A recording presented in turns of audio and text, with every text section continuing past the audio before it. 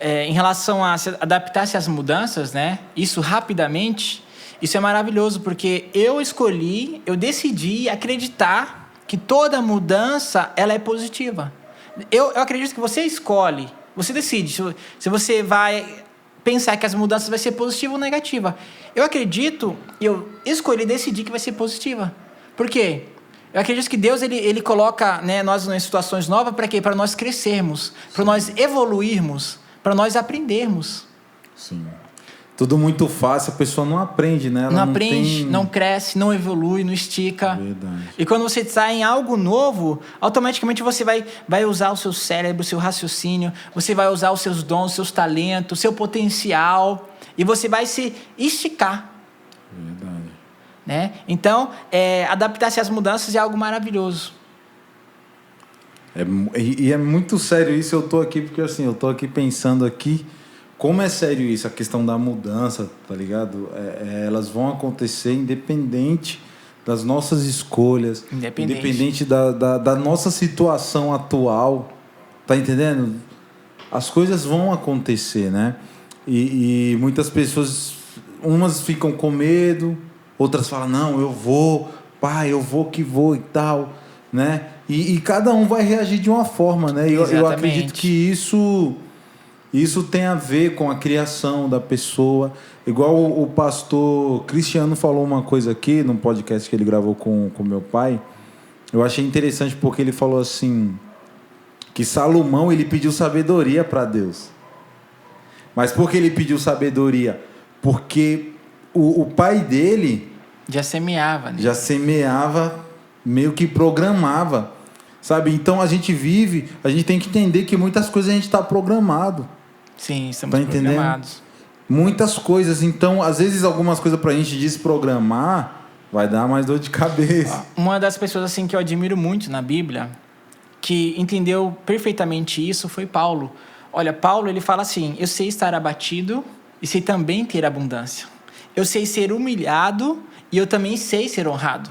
Em todas as maneiras e em todas as coisas, eu estou instruído, tanto a ter fartura como a padecer necessidade. Eu posso todas as coisas naquele que me fortalece. O que Paulo falou? Olha, eu aprendi o segredo, eu descobri, eu sei como me adaptar às mudanças, às situações diferentes. E nós precisamos disso hoje mais do que nunca. Sim, nós precisamos pegar esse conceito, pegar a essência daquilo que Paulo falou.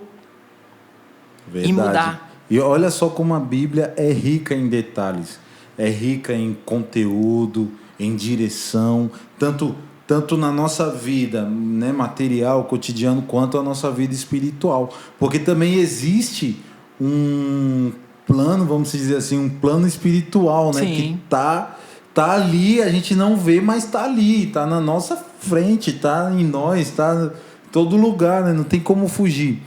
E todas essas mudanças que acontecem, de uma certa forma, o mundo espiritual, as coisas que a gente sente, as experiências que a gente guarda na memória. Isso também, né, nos dá o quê? A oportunidade de confiarmos em Deus em todos os momentos, assim como o Paulo. Ele estava passando por todas as situações.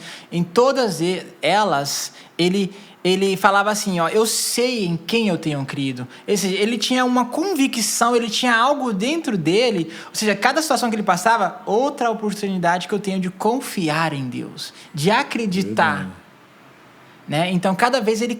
Por isso que ele andava, a Bíblia fala, de fé em fé, de glória em glória e de vitória em vitória. Isso é muito importante. Muito, muito, muito, muito.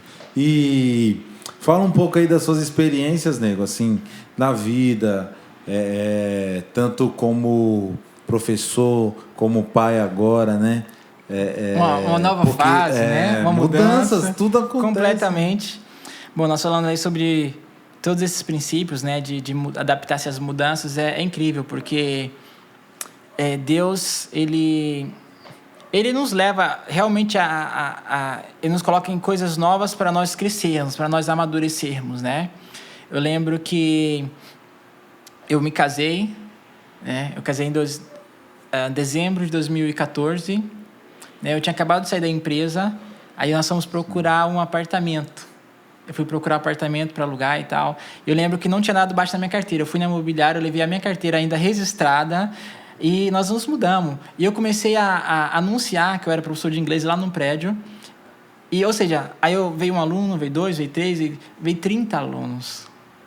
Aí começou a vir muita gente. Aí depois o síndico começou a pegar no meu pé. Olha isso e tal. Sim. E assim, Deus foi tão maravilhoso porque, olha só, foi uma situação que eu tive que me adaptar rapidamente. Eu acabei de me casar.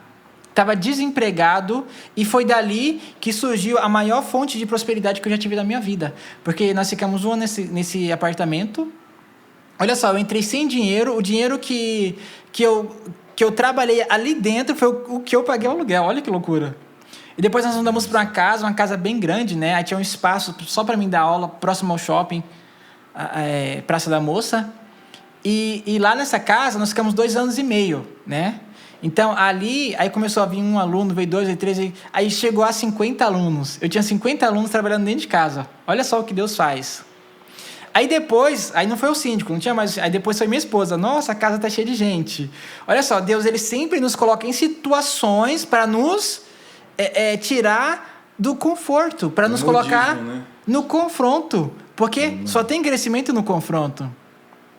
E ali foi maravilhoso porque eu peguei, aluguei uma sala, na época, uma sala comercial, uma sala pequena, bem no centro, e ali começou a crescer também. Ou seja, a partir desse momento eu entendi que a minha provisão, a minha prosperidade não estava fora, estava dentro de mim, porque aonde eu fui, cada um lugar diferente.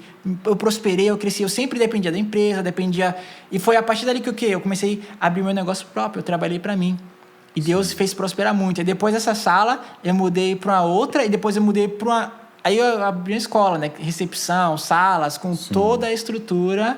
Olha só. E só que se eu não tivesse entrado nessa situação, sabe, a situação que me forçava a tirar o melhor de mim, talvez eu nada disso teria... Né? Exatamente, nada teria acontecido se eu não tivesse me adaptado às mudanças. Verdade. Isso é muito, muito importante, cara. Porque... você falou uma coisa e é verdade. Você tá aqui, ó. Você tá no Brasil. Você vai pro Japão, cara. Dentro de você vai com você. Tudo que você guardou dentro de você vai junto. Conhecimento, as memórias, as informações que você tem, elas vão te acompanhar, né? Então, às vezes, as pessoas, muitas das vezes, se adaptam a lugares, mas não se adaptam consigo mesmo. Elas não têm elas não têm, como eu posso falar, uma comunhão consigo mesmo, né? Elas não têm um relacionamento consigo. Paz. E você falou disso, você falou da questão do conhecimento trazer a paz, né? Conhecimento trazer a paz. A sabedoria, aquele negócio de você falar assim, não, as coisas estão dando errado, eu vejo hoje muitas pessoas preocupadas com a pandemia e tal. Eu entendo muito, mas eu aprendi uma coisa, que nas crises tem também oportunidades. E uma das coisas mais incríveis agora, que assim que você está falando, Heber, eu vejo exatamente isso, porque a época, em 2014, foi a época 2014, 2015, o Brasil passou por várias situações difíceis. Foi a época que eu mais prosperei na minha vida inteira. 2014, 2015, 2016. Eu falei, olha que coisa.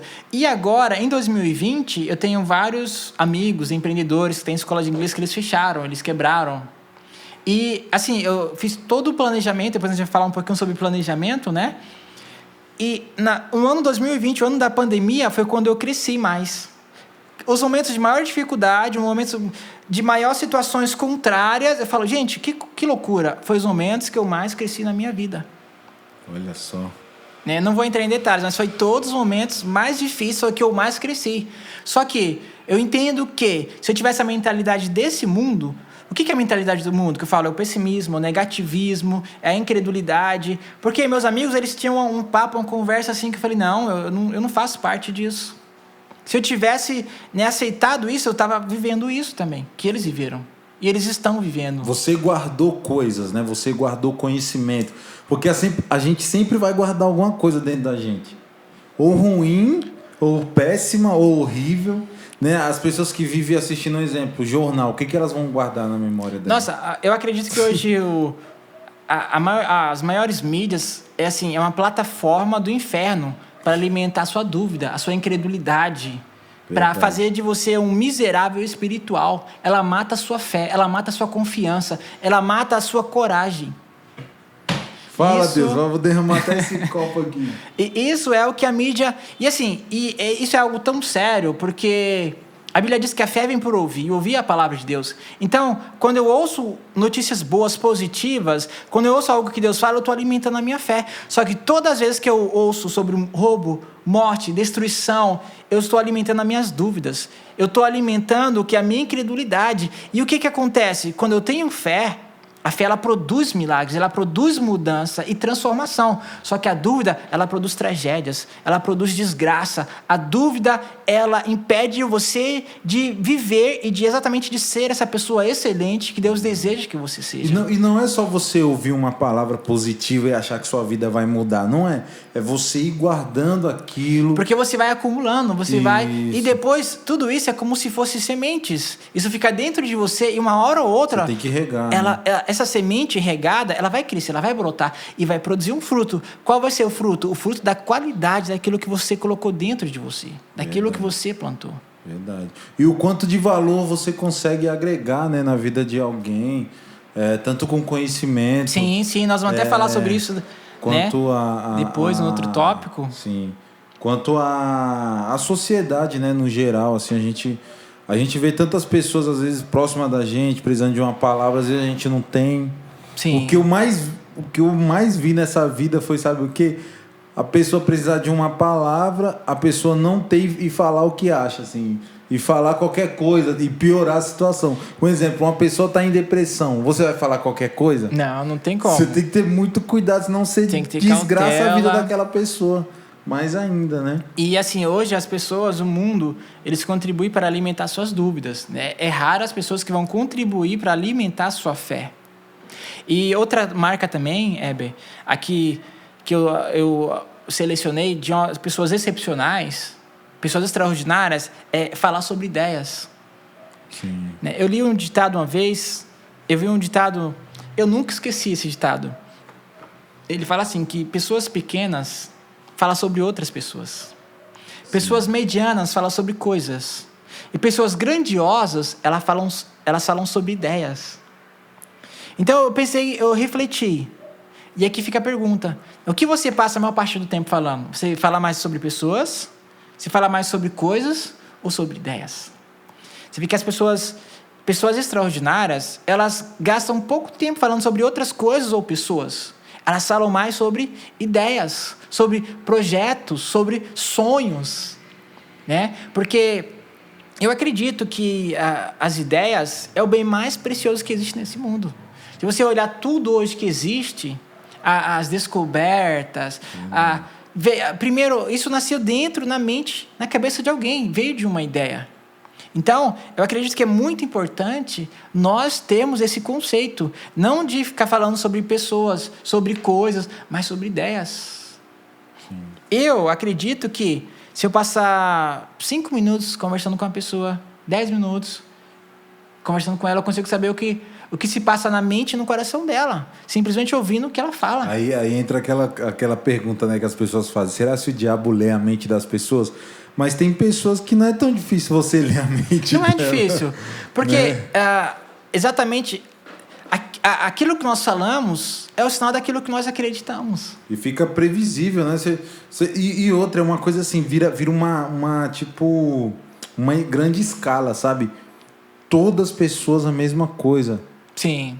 Falam das mesmas coisas, pensam as mesmas coisas, ouvem as mesmas coisas, gostam das mesmas coisas, vai nos mesmos lugares, tá ligado? Vira um rebanho assim gigante. O que nós mais vemos hoje. De robô, tá ligado? É pessoas falando sobre outras pessoas, pessoas falando sobre outras coisas e raramente falando sobre ideias, falando sobre projetos, né? É verdade. Tem uma palavra lá em Provérbios 18, 21, que diz assim, que a morte e a vida estão no poder da língua, e aquele que a ama comerá do seu fruto. Eu achei demais essa palavra, esse princípio, porque está dizendo que as nossas palavras, elas são sementes. É como se as minhas palavras, elas fossem uma imagem exata do meu futuro. Então, se aquilo que eu falo é uma semente que eu estou plantando hoje, e essa semente ela vai crescer e vai brotar amanhã. Então, é impossível uma pessoa mudar a vida dela se ela não mudar aquilo que ela fala, o vocabulário dela. O que ela pensa, né? Isso reflete, uma coisa vai ligando com a outra, né? Isso é tão sério porque a nossa conversa, a nossa confissão é como se trouxesse à existência a nossa possessão, aquilo que nós vamos ter. Sim. Eu acredito que assim, nós somos os únicos seres criados à imagem e semelhança de Deus. E quando Deus ele nos criou, Ele soprou dentro de nós o fôlego da vida. Então, Deus ele colocou dentro de nós o poder, a vida dele. Óbvio, não na mesma quantidade, mas na mesma qualidade. Sim. Quando nós falamos coisas, nós criamos. A Bíblia diz que no início, no princípio, Deus criou os céus e a terra. E disse Deus, haja luz, e houve luz. Deus ele projetou um ambiente através daquilo que Ele falou. Sim. Eu acredito que nós projetamos a nossa vida, nós criamos através daquilo que nós falamos. Uma pergunta que eu faço. Você como professor de inglês, porque agora existe muito essa briga da questão da língua portuguesa, língua em geral, né? Línguas no mundo todo, que trata o masculino, o feminino, tem esse diferencial. Você como professor de inglês, por que eu estou falando isso? Porque isso faz parte de uma adaptação que querem Sim. colocar no mundo e tal, né? Como você vê isso? Como você pensa nisso também? Olha, é assim, eu acredito que a letra A é a letra A, a letra B é a letra B, a letra C é a letra C. Cada letra é diferente uma da outra. Por exemplo, se eu tirasse uma letra do alfabeto, você talvez não imagina quantas palavras nós iríamos perder, porque não tem aquela letra. Então, por exemplo, eu não posso tirar aquilo que é no seu devido lugar. Sim. Porque isso vai trazer perdas. A ordem, ela traz o que? Ela traz progresso. Ela traz crescimento. Sim, a organização, né? Isso faz parte de uma organização, né? Exatamente. A pessoa que criou lá tudo. As pessoas, né? Não sei como que as línguas foram sistema, criadas. Né? É um sistema, né? É muito tempo, né, assim, para criar. É muito tal. tempo para criar, muitos anos, projetar. Décadas, né? Que antigamente era desenhos, né, que o pessoal fazia para entender, né? Não pesquisei muito sobre isso, mas acredito que era desenhos, né? Igual passar na TV lá. Sim, não, mas é isso mesmo. Os caras desenhavam lá nas montanhas. A comunicação, né? Se comunicando e cada vez mais foi evoluindo. Mas eu digo mais nessa questão, assim, da sociedade no geral. Porque agora eles não querem colocar assim, amigos, amiguê, quer colocar amiguê. Não é mais amigos, é amiguê. Que coisa, né? Tá ligado? Mas aí eu vi uma mulher falando assim, tá bom. A pessoa fala assim, o pente também termina com E. Mas não, vamos dizer que é masculino, vamos dizer assim, né? O pente. Não é a pente. A casa.